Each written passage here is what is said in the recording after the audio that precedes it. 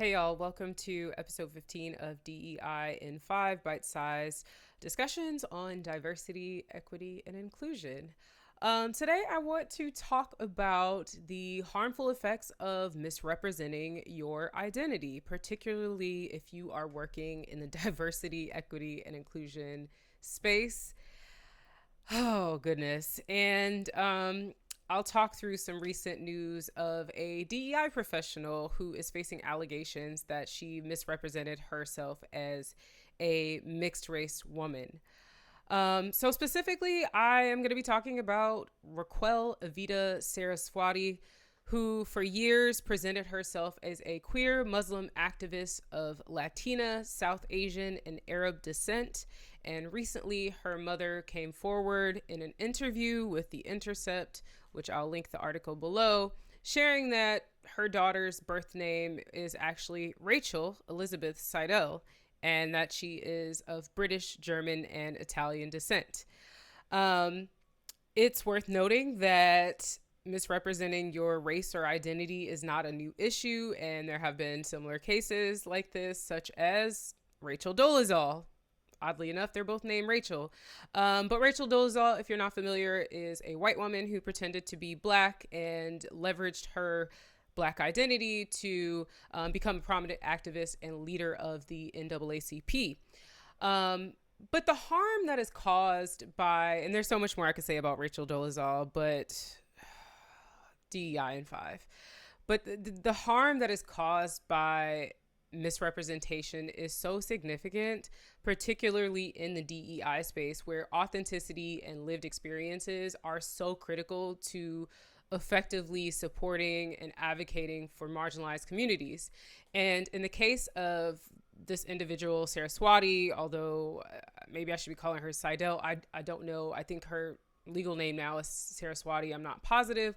But as I mentioned, she allegedly misrepresented her racial identity, saying that she was of Latina, South Asian, and Arab descent, which directly undermines the unique experiences and voices of those individuals who were born into those identities, right? Born into these bodies.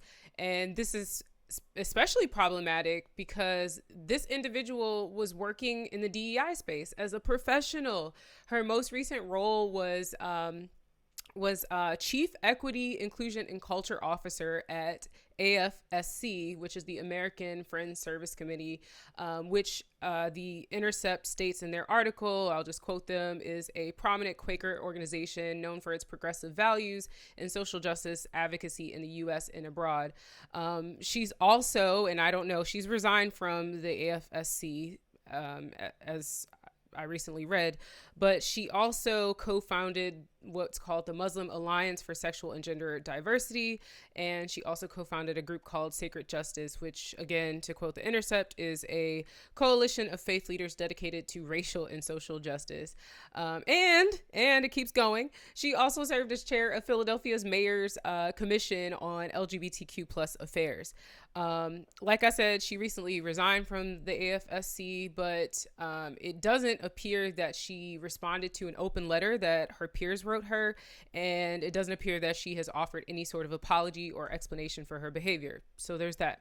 But getting back, I mean, kind of taking a step away from just talking specifically about her, authenticity and trust are foundational when it comes to DEI. And so when someone working in the DEI space is pretending to be someone they're not, especially someone pretending to be someone belonging to a marginalized group, it undermines the trust of those who are relying on that person to be an expert, to guide the group or guide those individuals, while also failing to bring any authentic representation of themselves into the DEI space. And that authenticity piece matters even for white women working in DEI, because we all have to be aware of our level, our individual level of power and privilege, and how it affects others around us and how it affects how we navigate our work as DEI professionals.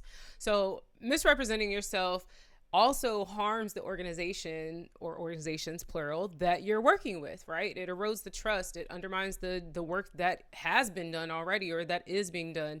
And when organizations hire DEI professionals, they're hopefully looking for people who have a deep understanding of the issues at hand, who have significant experience navigating those various issues, and who also have a genuine commitment to creating change, right?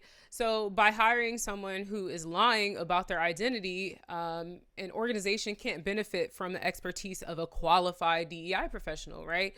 It also causes credibility to be lost for DEI in general, right? And it makes it harder for those of us who are honest to work to rebuild that trust for the work itself, not only just for us as individuals.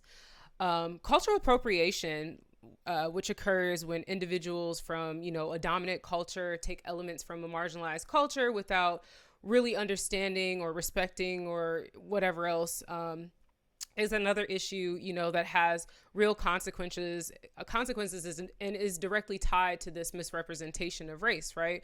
The cases of Rachel Saraswati and Rachel Dolezal, these are just two examples of a much larger issue of people co-opting and profiting from the experiences of marginalized communities. We see it all the time. It happens time and time again, specifically with white celebrities and white influencers who take on different aspects of marginalized cultures and identities, especially Black ones, and use it to their advantage, often for financial gain, often to build popularity, to gain a fan base. And then when they're tired of it, or when it's no longer benefiting them, they drop the act of that appropriation and then return back to their true identities. We see it time and time and time again. In the case of Rachel Saraswati, I saw a number of theories online as to why she may have chosen to misrepresent her race. Some people were highlighting, as they did in the Intercept article, that it might have been politically driven.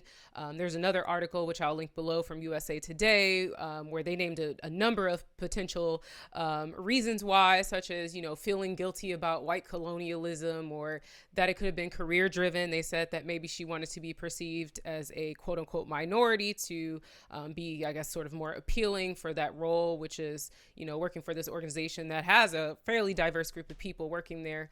But whatever the reason, right, the misrepresentation and cultural appropriation just reinforces this power imbalance between dominant and marginalized cultures, and it normalizes the idea that a white person can simply claim an identity that is not their own and then have the choice to just go back, just snatch their original identity back, while folks who are born into marginalized identities have no choice, right? We are stuck here day to day dealing with the oppressive experiences that we face, systems, processes, whatever other roadblocks and challenges life decides to present to us, right?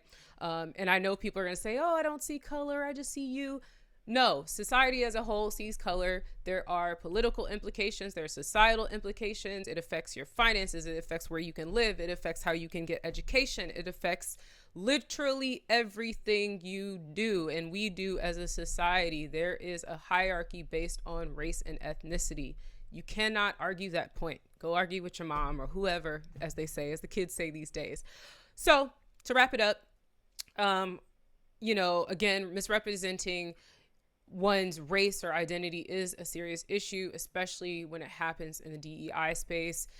It's not just a matter of authenticity and respect, but also, like I said, about these power dynamics that exist between cultures and different groups of people. And so it's so important that we continue to have conversations about the harm that it causes, and to ensure that this does not become widely accepted.